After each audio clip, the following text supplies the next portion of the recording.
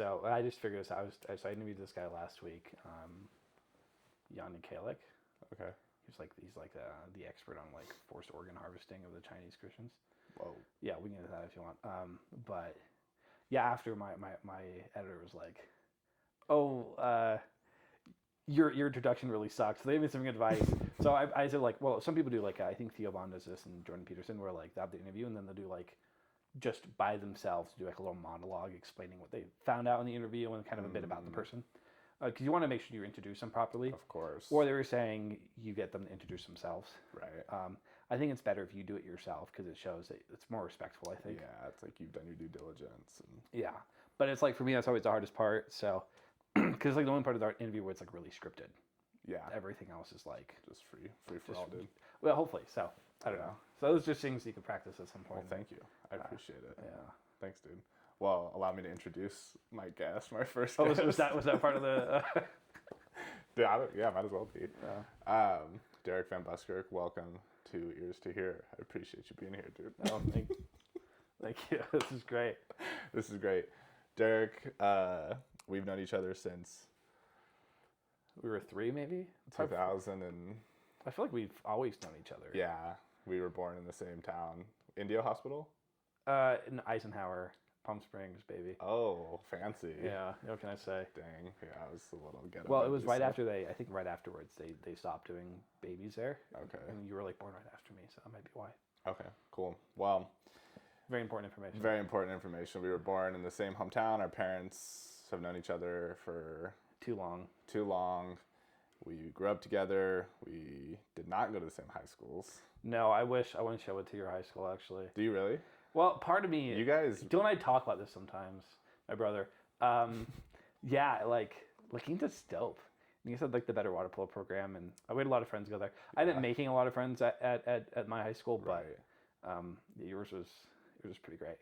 It was cool. It was a good time. But Shadow Hills was cool, too, and you and Dylan, like, ran that place. Oh, You did. Yeah. You guys were like the guys. Well, until I got cheated out of the... I'm pretty sure I won the student body election, but we'll see. I think I actually am submitting a FOIA request, a Freedom of Information Act request, to my local high school to have them release the... I found out you could do this, so I'm going to do it. Release the go emails. Back 9 years ago? Well, usually I was looking at it. Usually about 7 years they delete the server, so it might be too late now. But I want to try. We have a reception coming up, like the 10-year reunion. Okay. I would love to be like, yeah, I'm a full-time journalist. Oh yeah, we're in charge of it. Okay. Like, yeah, we're hosting a. Yeah, I'll be like, yeah, I'm a full-time journalist, and also here's information that proved I actually won that election. That would be quite really stick it to the high school. Really stick it to the man. No, it would be funny. I don't know if I'd share it with anybody, but it would be. Big high school was never going to let you win. No, I want to make sure that I peaked in high school because the rest has just been. Right, it's all been downhill ever since. You and me both, brother. That's what I'm talking about. Wait, wouldn't you have been in charge of? So I ran for student body president. Oh, Dylan was senior class president, so he would be in charge of the senior class. But we're gonna be doing it together. What if Dylan sabotaged you? Have you ever considered that? No. Like insider. Probably the opposite. Because he actually wanted to go for student body president. I talked him out of it. He probably would have won. But I think I would have done a better job. Yeah. I think he would agree with that. I don't know, but he did great as senior president. So okay, it's good. Gotcha. So fast forward through high school, you and I both were raised in very faith-filled families. Yes. Very prominent, especially in an area where I don't know what the stats are. And Palm Springs and Palm Desert. The Valley. It's very interesting there because it's like they don't care. Like California's just chill. It's so people are like, chill. oh, it's like being a Christian in like Palm Springs. Like nobody cares. It's like you could be a super faithful Christian. You could be transgender. Nobody cares as long as you're like not mean to people. Yeah, just like if you love people, you're nice. That's what matters. Be there, contribute a little bit. Yeah. Don't take away from the society. Yes. If you people don't like it. Other than that, California. Honestly, as long as you're just being nice to people, I think that's really matters. Yeah. You can be some pothead who's just chilling in his basement all day, but like if you're nice to people, nobody cares. I agree, and I liked being like a faith minority at my high school. Yeah. Did you feel that way? Oh yeah, it was great. Because like we would both. I wish everybody believed in Jesus and whatever, but right, that would be better. The world would be a better place. But I feel like there was like some big parties that overlapped in high school between like just people where it was like multi-school parties, usually drinking, usually drugs. Sorry, Mom, but we would go to these parties. I never went to those parties except one. You did go to one. Okay, so funny story. It was just graduated. It was the day of my graduation, and my grandma was like hanging out with us. She came home from like Red Robin. No, Red Robin. Okay. And my grandma was like, "You went out to a party tonight?" I'm like, "Well, there's one, but there's like, because we already had our graduation party. It was great." Yeah, it was really good. And I was like, "There's one, but there's gonna be like smoking and drinking stuff there." She's like, "Oh, so you don't have any friends?" I'm like, you know my grandma, so this is hilarious. Yeah. Totally out of character. I'm like, "Okay, fine, I'll Dang. go." It was all right. Kind of, I don't know. Yeah, I don't like babysitting. Yeah, which is how those things tend to turn out. Usually, so we would go to those, Uh-huh. and we're the DD for all our friends who want to just get wasted. But I'd like made it. I mean, it was just known that I was the guy who didn't do that stuff. Yeah. And at parties, like people who weren't super close with me would be like, "Oh, like Reed's here, like let's get him a drink." Yeah. And my close circle friends would be like, "No, and they'd be like drunk. Yeah. And they'd be like, "No, guys, like he doesn't do that. Well, they Get almost him some like orange juice," and it was yeah, it's like they kind of want to say no for you. They did. Like, and it was cool. Yeah, like you watch those like those dare not to do drugs shit thing, you know, like those videos, and it's like totally the opposite. Yes. At least in my personal experience, and I think a lot of that is like if you're just like upfront about who you are, right? Like before you even show up to the party, they know, like, you know, even since then like I've never had issues where people are like, take this, or they're like, maybe they'll offer to be nice, or like the other day I was staying at a friend's house and he like, you know, they're like passing on their bong, they're like, "Is today the day?" I'm like, "No, it isn't." But it's just you know, it's just chill. But they said it joking, right? Like, yeah, they said. I mean, if I were to offer it, they'd be like, "Oh yeah, cool." Right. But like, they're not. No one's forcing it. Yeah. I think a lot of that comes from is I used to be like the most. I don't know if you remember middle school Derek. He was the worst.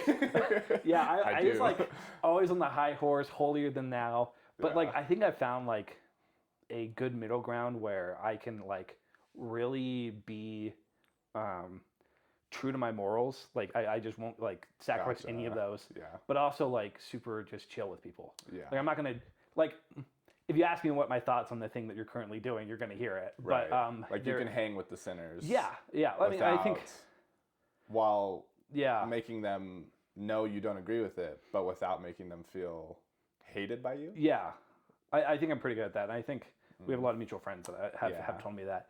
Like, again, I prefer if they didn't do that. If I'm hosting something, they're not doing that out of respect. Yes. But I don't know. I think. Yeah. I have a lot of friends that have been stopped doing that stuff, and I think a lot of it has to do with my example. Right. Some have told me that directly, and some haven't. But yeah. No, I agree, and you've always been a good example. So thank you for that. Yeah. But yeah, no, growing up in a setting where it was just common to do. I mean, mainly weed. Yeah. That was just like the thing. You go to Coachella, everyone's smoking. Yeah. It's just what you did in high school. And thankfully it was raised, so it was easy to just stay away from all that. But because I think once you do it, it's a little easier to keep doing. Yeah, like if you just make the decision once to stay away from anything that would numb your relationship with God, then it's just done. Yeah. So every time following, every party, every interaction, even friends now I have who do that stuff, like it's just known.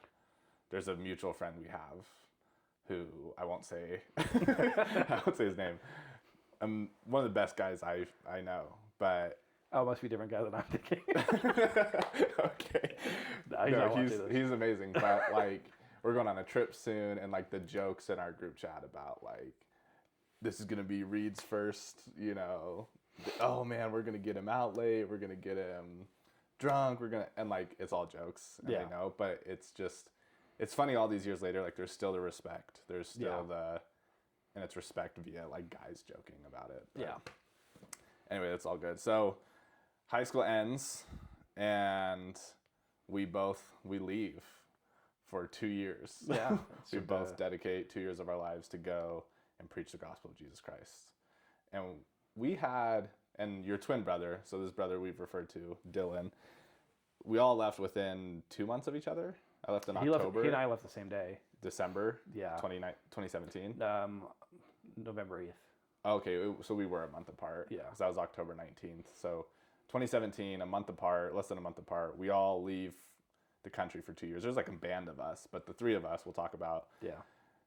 I go to Ghana. You go to? The Dominican Republic. The Dominican Republic. And Dylan goes to Russia. Oh, gosh. So I mean, we could spend all day talking about that, and we won't. But I'm just curious, real quick. Like, I know what your experience was. Yeah. You know what mine was, and I know what Dylan's was. Mine and Dylan's, I feel, were polar opposite. Mine felt pretty opposite with Dylan's, but yeah, I think but Ghana's I more also on don't that think spectrum ours were as similar as we think. Like I've been more to- so than Dylan. I've been to Ghana. You have been. They're people. I mean, they're obviously people. They're great people. Yeah, yeah. And yeah, I mean, I don't want to be that guy, but when you kind of get to a lot of these kind of less developed countries, Right. a lot of them kind of are the same. They're very different, I think, in their culture, but I think a lot of the mentality, the lifestyle Yeah. experiences kind of are similar. Yeah, I agree 100%. And having been to other now third world countries, like, yeah, there's just a similar mentality Yeah. that the people have, which Like Ghanaians are way more quiet. Yes. And there's kind of a contemplative spiritual side to that. Right. But Dominicans are like, they'll tell you they love Jesus, as a lot of them are like gang members and some stuff, or they're like blasting music at 2 a.m. And it's great. Right. They're very open, loving people. Yeah. But it's just totally different than like Ghana. How did you feel like trying to preach Christ to these people? What was the number one like cultural, like specific to the Dominican Republic issue you faced trying to preach them the gospel of Jesus Christ? Well, everybody believed in Jesus. Okay. The question is, did they have like a relationship with him? Did they have like faith? Yeah. Because again, you'll see like the gangsters, they call them tigres, Okay. tigers, you know. They're wearing crosses or they have cross tattoos, whatever. Right. And, they're That's like, very common. Yeah. They're like, I love Jesus, but like, they don't understand Jesus. They don't have a relationship with him. Right. They don't really know what Jesus wants from them. And again, I didn't really teach a lot of those guys. We focus mostly on like families. Okay. But yeah, that was kind of the thing. It's like, okay, how do we get you to act on faith? Like going to church, reading scriptures, praying, versus just, again, like I met one atheist on my mission. The dude was really whack. He was like one. In 2 years? No, it was one. And he was like, I don't want to say quite demonic, but there was like something weird about him. And he was like, maybe it was demonic actually. He like pulled us in his house and was like going off on random tangents on like, I don't know the details, but maybe it was kind of like demonic topics at least. But everyone else, like, yeah, like everyone believed in Jesus. Yeah. You know, like I met witch doctors and stuff and they believed in Jesus, you know, like, Right. The question is, okay, getting them to understand what God wants from them and then acting on that. So like there's a motto, and I think other kind of Latin countries have this too, where it's like, hey, I love to see you at church. Oh, si Dios quiere, like if God wants. Yes. And they don't understand, like, no, Yeah. like you know what you can Dios easily know quiere. what God wants and you can do that yourself. Right. Like it's not just like, oh, God's gonna just let this happen. Yeah. I think getting that faith is kind of the hardest part. See, that's extremely similar to Ghana. Same thing. Their phrase told was you. God willing. God willing. Yeah, it's the exact So same it's like, idea. will you guys come and worship with us this Sunday at church? Yeah. Oh, if God wills it. It's like God wills it. I Just come to- promise you God wills for you Yeah. to go to church. Like, you don't have to wonder if he wants you to go to church. You this can Sunday. ask him if you want to double check, but like we all know the answer is Yeah, going to be like, go to church. He does will that for you. Yeah. It's not me, like, trumping on your free will. That's just... That's gospel. And one of the things I think we learned in our mission was it's not about just getting people to do the thing, but it's about getting them to want to do the thing. Yeah, And the to desire. commit to these commitments and to do things on their own and figure out for themselves Right. if this stuff is true. Not just, I don't think I ever convinced somebody on my mission. I just kind of I just offer them the tools to figure it out for themselves. Right. It's almost like you can lay out. I think this is like a persuasion tactic that people use, but you lay out some pieces of information in front of them, and they have to draw the conclusion between them. Yeah. So, and like the news does this all the time, where it's like, so 20-year-old drunk driving accident, blah blah blah, this, and then they'll like state another cause from what happened to that, and they don't say they're related, but you, the viewer, you make the connection. Because and as far as the journalism part of that goes, like there's things you just can't prove, right? Or at least a lot of it really comes down to the laws, like oh, why do you say alleged terrorist? It's because, well, even if this guy or like alleged murderer, like I watched I reported on this video where this case where there's a literal video of the guy shooting the other guy in the back of the head. Okay. Like we know who the murderer is. Right. However, if there's some kind of mistrial or something, and we're famed as murderer, they can maybe come for our throats. They might lose that, but like it's not really worth doing. and you can just put a legend in front of it or Yeah. like hedge your bets a little bit. Okay. Contributed to, oh, this person is saying this thing rather than I'm saying it. And then, yeah, like people are smart. You don't have to draw everything out for them. Yeah. Let them make those decisions.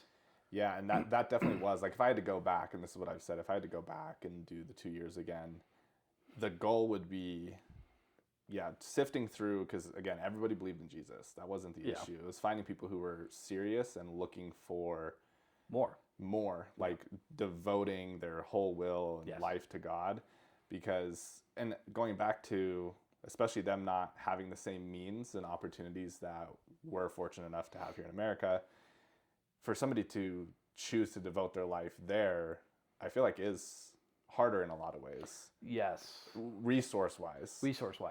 And time-wise, because a lot of them just statistically aren't as fortunate, aren't as wealthy. I mean, some of the situations people were in were just brutal. They were just very hard. So to choose to follow Christ, but more so than a surface level like confession, I believe in him. Yeah. But really dedicate time to, okay, I'm going to serve in his kingdom. I'm going to go out and find people that are lost. I'm going to go and serve my brothers and sisters. And I mean, time-wise, logistics-wise, they don't have cars. They don't they don't have the money to serve. Especially if you're, let's say, baptizing a young man, and now he's obviously he has his own will, but he's expected to go out and do what we did and serve a mission.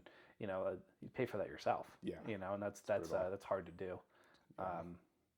No, it is. You are asking a lot from people, but also people want that. Like, not only do they need it, like they need it. It gives them a drive. It gives them, and more importantly, you have to be willing to be able to sacrifice everything to achieve everything.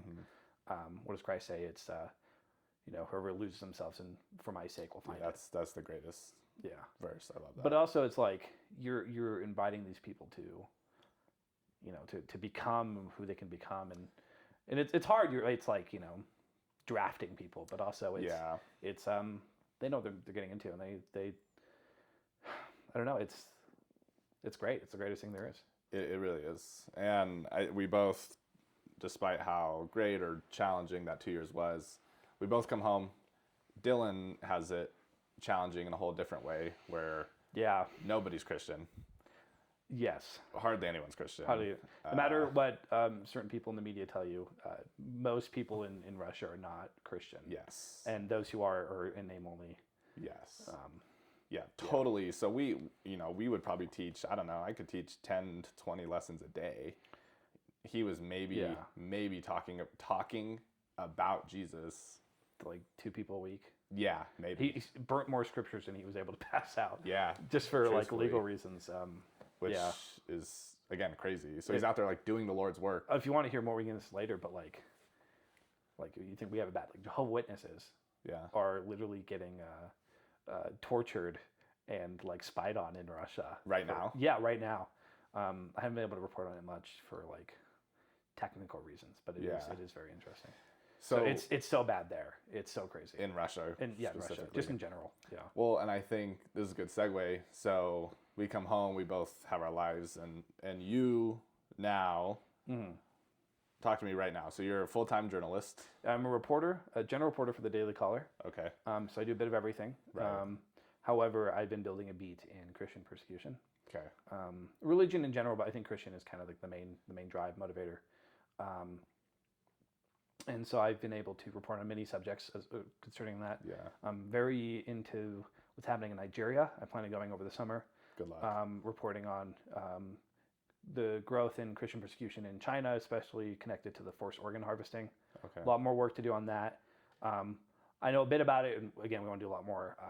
I think now is really the time to do something about that. And then I went out to Ukraine myself to cover Christian persecution happening there, both by the Russians and within the Ukrainian government. Interesting. But and then I just touch on a bunch of other stuff. I have connections, and again, there's something I'm still building on. It's like it's so much like, wow! I did not realize how much Christian persecution there was. Like at first, I'm like, oh, this would be kind of interesting, but it's like it's all over the place, and most of it never gets in the news. Yeah. It's like it's always different. It's interesting because like religion is such an interesting faction in your life because it's not like it like makes up who somebody is, but it's not the only thing. Right. So it's like the Nigeria thing, for example. People are like, oh, it's it's about climate change, and there's like, they're fighting over farmland, or people like, no, it's like an ethnicity thing. Yeah. But it's like, or no, it's a religion thing. It's like, it's all of those. And I think that's the case, and it's like, so you have to understand the like hundreds or maybe thousands of years history that lead up to this moment to understand the actual conflict that's happening. And then every single country or different portions of the country have different parts around that. And then how they're persecuting the people are different. So there's a lot to learn. I'm still learning a lot, but it is fascinating. And then we have stuff happening in America, which is not as bad. Europe is worse, I think. But yeah, I would agree with that. Yeah. Okay, so I mean, there's so many ways to go from here. Yeah. But first question, and then that'll lead to my follow-up question. Did any of this stem from being in the Dominican Republic and either feeling or seeing Christian persecution? No, there wasn't really any Christian persecution. Okay, there. you never felt that? No, I mean, even as a foreigner? No. Everyone knew who we were. Okay. No, like, I don't know. Dominicans tease each other. Right. Sometimes they're mean. I mean, just like anywhere else. Okay. But no, it never had anything to do with like religion per se. Okay. And then I think, any modern person would hear Christian persecution. Yeah. And like my first thoughts, especially when you first got into this, kind of just go immediately. Like, I first go to biblical times. Like that's a phrase that carries thousands of years of history behind it. Yeah. And so modern context of Christian persecution, I hear that, and then I think, obviously as a selfish person, I think, okay, what have I experienced as a Christian as persecution? And, people online say this about my beliefs and this. Yeah. So we have it so easy. Yeah, talk to me here's about a specific example. Do you see what I'm saying? Yeah, there's this guy in Ireland. Like, okay, sometimes they're like, I'm on these press lists, and so people are like, these law firms. Yeah. And I've worked with some of them. They're good. They do good work. And they'll like send me, oh, here's like a specific case that's happening. Sometimes they're worse than others. Right. But sometimes it's like, sometimes it's like, oh, they're not letting us like serve the homeless in our community. What's up with that? Or it's like they're not letting us worship in our own church buildings and our own property. Okay. So there's like specific stuff that's like, okay, that should be handled. That's important. But I also get people like, I wanted to protest on the street, but they're telling me to protest on the sidewalk. Okay. It's like, okay, like we're making Mountain and Molehill. We're distracting from the people who actually need the help. Or like in Ireland, there was this guy, I don't remember his name. It was like Enoch or something like that. But it was like, he was a school teacher who got fired for refusing to teach transgender ideology. Okay. Which itself is like, let's have that conversation, right? But then he gets fired for that reason. And then he trespasses back onto the school, gets arrested for trespassing at the school. And they're like, okay, we'll let you off the warning or something. And then he goes and keeps doing it. And then he tells, the media, oh, I'm practically getting sentenced to life because they're going to keep arresting me for doing this thing. It's like, sorry, your Christian rights aren't, you can jump into a school during the hours. Like there's like, no one's stopping to do that. Like literally do anything else, like, I don't know, like to act like that's Christian persecution because they're not letting you around children is kind of crazy. Yeah. And so it's the framing. It just takes away the tension from, there are people in the UK who are getting arrested for like sharing Bible verses online and stuff. And so like, why are we focusing on this guy who is just being louder than people? Yes. Yeah. We really just need a loved one to sit him down and be like, listen, like you have to pick your fights, Right. And I think Jesus taught that a lot as far as like walk the extra mile, turn the other cheek. Yeah. Which is in of itself a form of rebellion. Like focusing on the transgender, should I be fight for this? That's a worthy battle you think you'd fight for, but it's like I should be able to break into a school whenever I want for my Christian beliefs. That just doesn't really work with me. No, it doesn't track. But then there's like actual stuff happening everywhere else. Like actual stuff that would, hold a candle to like biblical Christian persecution. Yeah. Where, like if this happened to somebody you knew, or somebody you knew someone who knew somebody who did this, it'd be like the craziest thing that you know of. Right. Know? And you're saying right now as we speak, and I don't think people disagree with that fact, but it's obviously not talked about enough. Yeah. So with your findings, with your research, what would you say is the most important facts to know about modern Christian persecution, and then what as Christians, if anything, realistically can we do? The worst thing to know, or the best thing to know, is that it's happening. Okay. I think that's really what it comes down to. There's not much you can do. You could find a specific cause you want to back up behind. Like I'm working with this, worked with this guy once in a while. I quoted him, and He's very involved in the Nigeria thing. Okay. He was the head of this, still is, this group called Equipping the Persecuted. Okay. And just like a missionary goes out and tries to help people. He went to Nigeria, saw that there was a lack of news coverage on these attacks, the Christian attacks, which are happening all the time, but the government is only giving kind of a false understanding, like, oh, it was armed robbers, but like, okay, who were these armed robbers? What were their motivations? I've seen the videos of these guys executing people. They're like waving ISIS flags and laughing. Like but again, the stuff isn't going out. And so he started this group called like Truth Nigeria, where they get reporters on the ground out there who are covering this stuff and getting out there. Like, again, this is just some random guy from America who just found something, it was an issue, he felt prompted to do it and just went for it. Okay. Most people, I think the best thing you can do, if you have extra money, donating to groups, Okay. not specifically this one, but just in general, Yeah. is good. There's definitely better groups than other groups. Yeah.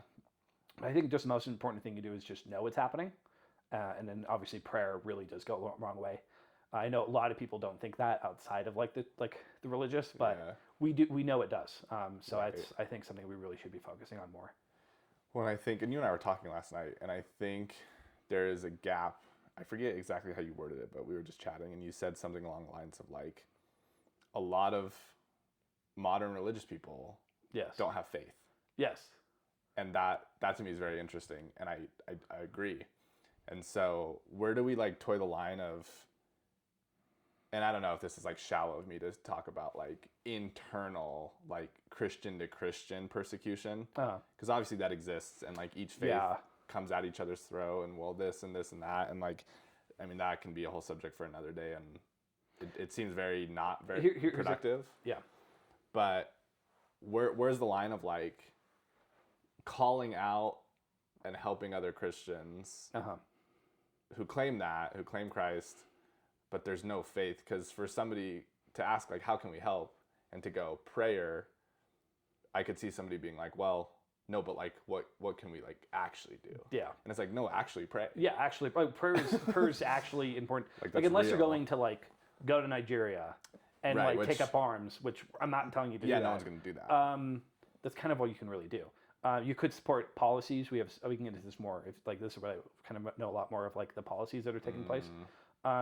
You can vote for that. You can call your senators to kind of act on stuff. Okay. So the Nigeria, there's bills about that, and the China stuff that you can literally just call your senators today and be like, hey, let's get this passed. I don't know how much that actually works. Because the senator's not going to pick it up. It's going to be some staffer. Right. I probably know some of them. But that's something you could do. But prayer is obviously way more than any of that stuff.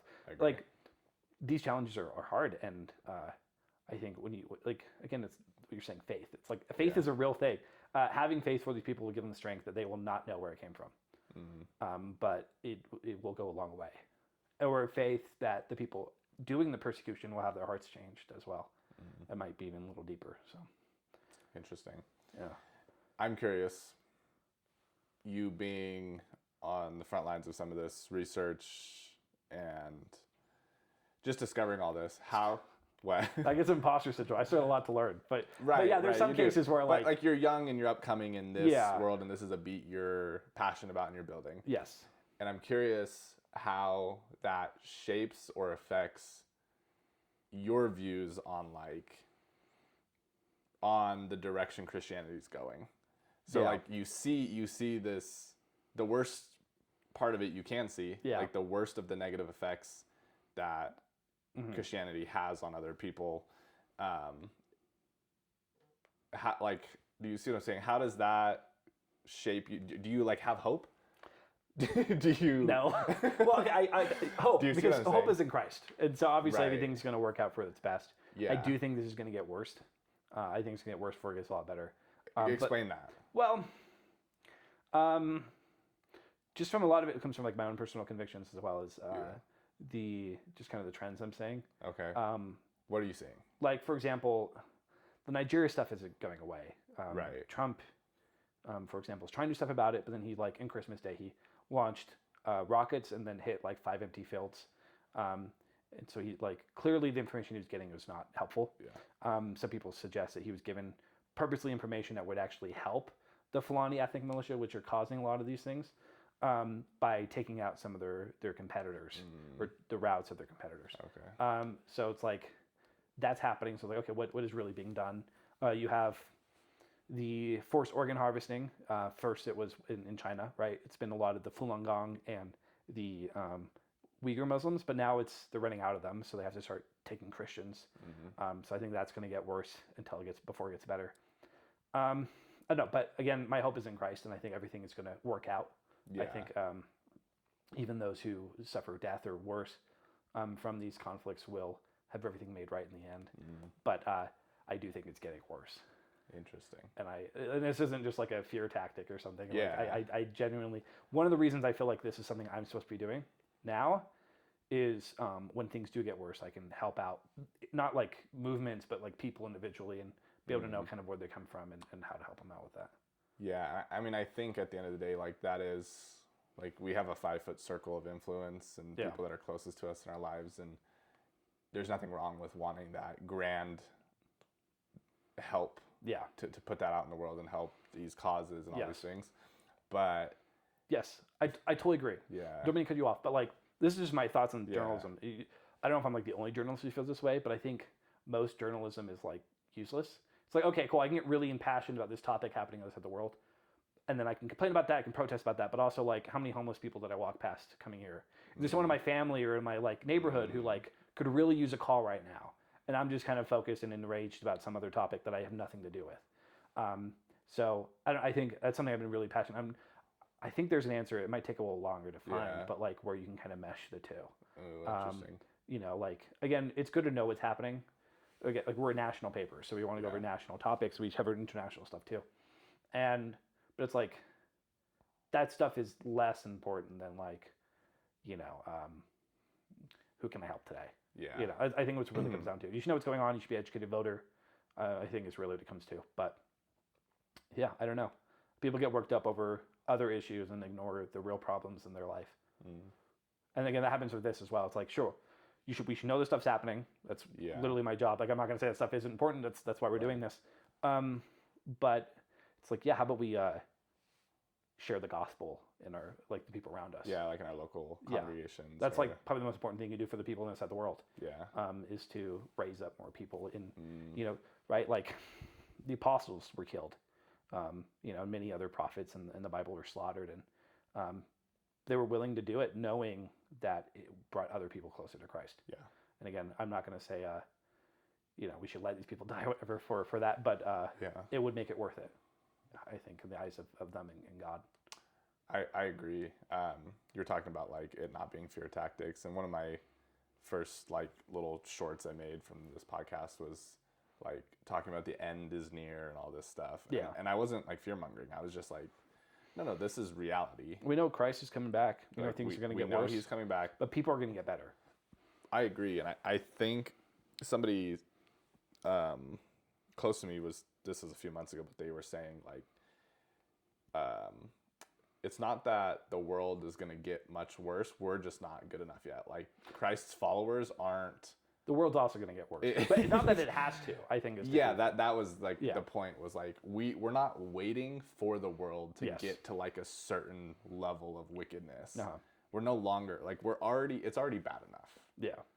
And I'm an optimist. Like I truly like I live my day-to-day life happy. I like glass half full, all that, rose-colored glasses. But I'm not naive to like there's real things. There's real wickedness out there. There's crazy stuff with trafficking, there's persecution, there's all these terrible things. But I just think as Christians there's a responsibility to be way better. Yeah. Like individually and collectively as a whole. Like we spend a lot of energy going at each other. We spend a lot of energy there's so much fluff, and again it's the religious fluff. Yeah. But where's like the actual faith that's happening, that's changing people's lives. I wanted to ask you, if Christ was a journalist. He wouldn't be a journalist. Christ would he'd hang out with the publicans and sinners. He wouldn't hang out with the journalists. There's a quote. Let me get to your question. It's deep down every journalist knows what they do is morally indefensible. That's totally true. Okay. It's the worst. I love where I work. I love what I do, but it's journalism itself is it's not a godly profession. No, I think there's attributes. I think it can be. And that's kind of my goal is I'm going to figure out how to do that. I don't know, like you need news, you do. But it's like, okay, how do we, kind of what I was saying earlier, it was part of that, like, not, a lot of news is like, things are so terrible. Click this so we can get more views and ad revenue. Or this is why you should hit your neighbor. But I think there's a balance that could be struck. And I think other people are trying that, but that's kind of what I want to dedicate my life to figuring out. That's beautiful. Anyways, what were you saying? Yeah, just if Christ was a journalist, how would he, and that goes to what you're saying, like how would he go about it? Yeah, I think, well, in a sense you could say, I don't say Christ is a journalist, but that sounds like very pretentious. Yeah, this is hypothetical, and we're just. Well, no, I'm just saying. Well, it's like, in a sense, I don't know. Christ goes around and talks to people, and then says what's happening. Right. There's a bit of journalism in that. Obviously, he's not like his main source is God, so that's kind of helpful. That helps. Yeah. Yeah. Well, I'm like, here's a Somali official that I can cite. That's cool. That's great, but it's not the same thing. I don't know. I think it's kind of what I was saying, which is like, and again, I haven't figured this out yet. I have my whole life to figure it out, but I like personally want to find a way to balance that. Especially media is such a changing landscape. Yeah. Like people are like, I want to be the next Walter Cronkite. You can't, because the system isn't created for that anymore. Yeah. It's like, okay, well then it should be like, I don't know, the next like Tucker Carlson. It's like, okay, well, who knows what it's going to look like in 5 years? It's like you have to find out what is happening and kind of roll with that.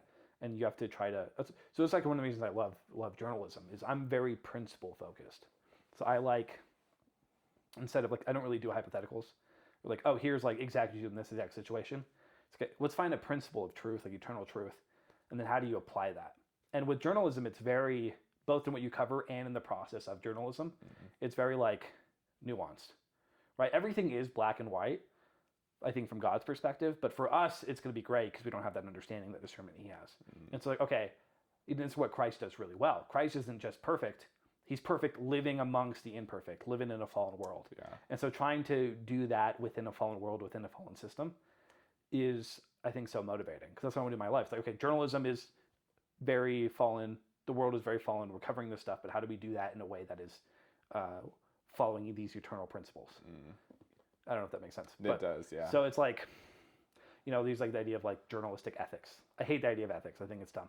But I think journalistic principles is, I think, the more important thing. Superior. Which is based off of just eternal principles, but like, how do you apply it to the field of journalism? Okay. Rather than random ethical models that you could apply and then often just lead to like, I took an ethics class in college. It was postmodernist, just in general. It was like ethics and diversity. Yeah.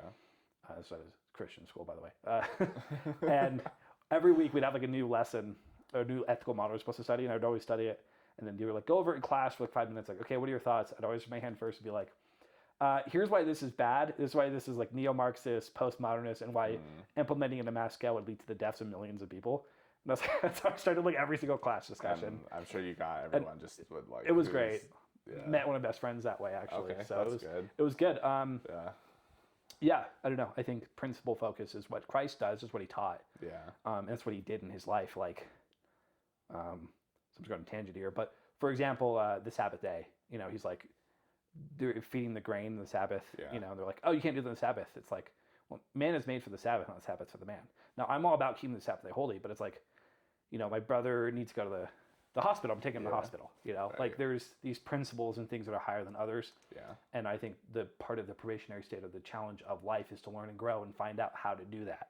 I think it's a test allowing us to show, okay, if we can make these challenges, within these hard systems, we can make the right decision, or at least try to make the right decision. We're showing God that we can be given more of that in the future. Beautiful. Yeah. I don't have much to add to that. I think that's very well said. Well, I do, but I'll stop. Oh, no, please add if there's more you want to add. One little thing. It's like time, for example, I think is a good example of this. Like, it's like, okay, well. Like being a steward of time? In general, yeah. Like, for example, is God outside of time? I have my thoughts on this. I think technically no. But for all intents and purposes, kind of, at least not the way we see it. But it's like the reason we have time that moves forward and not backwards, whatever, is it forces us to make a decision. Because like if you didn't have time, you were just kind of outside of time, then it's like, okay, well, you can just not make a decision. Yeah. But with time, not making a decision is therefore the decision. It forces us to like move and act rather than just being idle the whole time. And then when we return to God's presence, we're no longer in time as we see it now. We've already shown that we can be trusted with that because we will be making the right decisions by choice rather than just being waiting around and being told what to do. Yeah, I agree. Well, and that's been on my mind lately, like doing things out of a love for God versus like I should. Yes. I'm supposed to. And I think it's okay for a while to do things like if you have to be compelled to do something, that's better than not doing it, but it's not the highest way to do it. It's not the best principle to operate by because at some point that'll break. What's the best principle? To do it out of love for God. Yeah, I totally agree. Like it has to be completely self-generated within you because that's the only thing that's sustainable. I agree. I think duty is, you're saying, a good start. Yeah. I think it's better than selfish motivations. Right. But obviously the end goal is love of God and fellow man. Yeah. That should be your motivation for everything. Yeah. There's nothing that is outside of that. Right. You shouldn't do anything for yourself. You should do it for your love of God, which is the love of the values that make up God as well. Yes. And the love of his children. Right. Well, and that, therein lies, that carried Christ through the cross. Yeah. Through the atonement. Paul taught that. It was strictly love. It was his love and his knowledge that we would obtain joy through his sacrifice that got him through that. And I think, even if nobody, if 100% of the human race all rejected, Christ would have gone through with it. Yeah. I don't see a principle that would point otherwise, and that's like a heavy thought to think about because it's like, well, because back to what you said, he's operating on a principle. He's operating on love and not like a result of this. Yeah. He's not seeking validation. He's not seeking a result, and we do as humans. Yeah. So the question is, how do we shift from wanting that naturally? I think that's in us. Like we're reward mechanistic creatures. We want to like exert effort and receive reward. But I always ask the question, like, what if you go your whole life without receiving, and you will receive blessings from God, but like a Job situation where you're just screwed. But of course we know how that works out for Job. Right. But like, let's say Job situation, but indefinite, and like in mortality, he never saw fruits of what he went through. Well, that's why having an internal mindset helps. Like we know at the end of the day, it will work out. Yeah. It's hard though. It's hard. It's hard to know that. The unknown. Yeah. Of like, it's hard to be faithful in the unknown. I think for me, it's been hard. Yeah. That's not really something I've ever struggled with. I've always known, like there's like there got to a point where I like received a spiritual confirmation, but like I've always just known that things will just pan out. Yeah. So you're okay. So if things panning out is defined by A, B, and C happening in your life, if A, B, and C were to happen in a year versus 60 years, I would. Would you go through an emotional? Are you at a place where I'm sure there'd be a little bit of that, but like it's just like I don't know, like I have an idea of kind of what I want to do with my life, right? And I have again these principles I'm trying to aim towards, like having a family or what I want to do with my career. But like it's up to God, and I know that if it doesn't work out, then it's gonna be fine. Marriage, for example, is something that's kind of hard. Like my brother was married to 3 kids at this point, right? And I figured I would be too, or at least somewhere similar. But it's been a little hard. But it's like I've kind of gotten in the mindset recently, which is like I'm supposed to be single right now. Like I'm obviously putting in the work, going on dates and stuff. But the time will come. It'll be fine. In the meantime, and I got to continue putting in the work. But in the meantime, it's like I wouldn't be where I was now and be having the experiences I have now if I was married. Right. And again, I think you have to attach those things. People be like, "Oh, don't worry about your career. Go focus," or "Don't worry about getting married. Go focus on your career." Like that's not what I'm saying. In the meantime, I'm going to go put myself in dangerous situations. My wife wouldn't let me do otherwise. Like I want to go to Syria. It's like. I have my buddies, like my wife would say no, like we're not doing that. Gotcha. But I can. True. And you should. I want to. Go do it and survive it, please. And come back. I see influencers go all the time. It seems super safe. Probably is. Yeah. I'm sure you'd be just fine. I just don't take that as like advice and go to Syria. Yeah. No, this isn't advice. But I do want to go. That'd be cool. Yeah. That'd be cool. There's obviously a lot, and you've shared some great things. How would you bow tie Derek VanBuskirk's faith? Well, I need you to explain that question a bit more. Like how you've had a dynamic life. We were raised in the same place, so like I know a bit more about that. You served 2 years. You've come home. You've now dedicated a life to trying to do this, essentially something that's never been done with reporting, with journalism, with... There's been a lot of good reporting, but I have plans I want to tackle in a way other people have. Right, and we've talked about lofty dreams and goals and visions, and I think more Christians need loftier dreams and goals and visions, and to work on executing those. Yeah. Because it's ultimately for the benefit of mankind, right? We're supposed to live in the world, not of the world. Exactly. Yeah. Which involves Christians really good at living not of the world, but we could do a lot better about living in the world. Yes. So with your dreams and goals and aspirations in mind, like what are the principles you now live by, to close this out with, that are taking you that way? Just to name, like off the top of your head, what are some?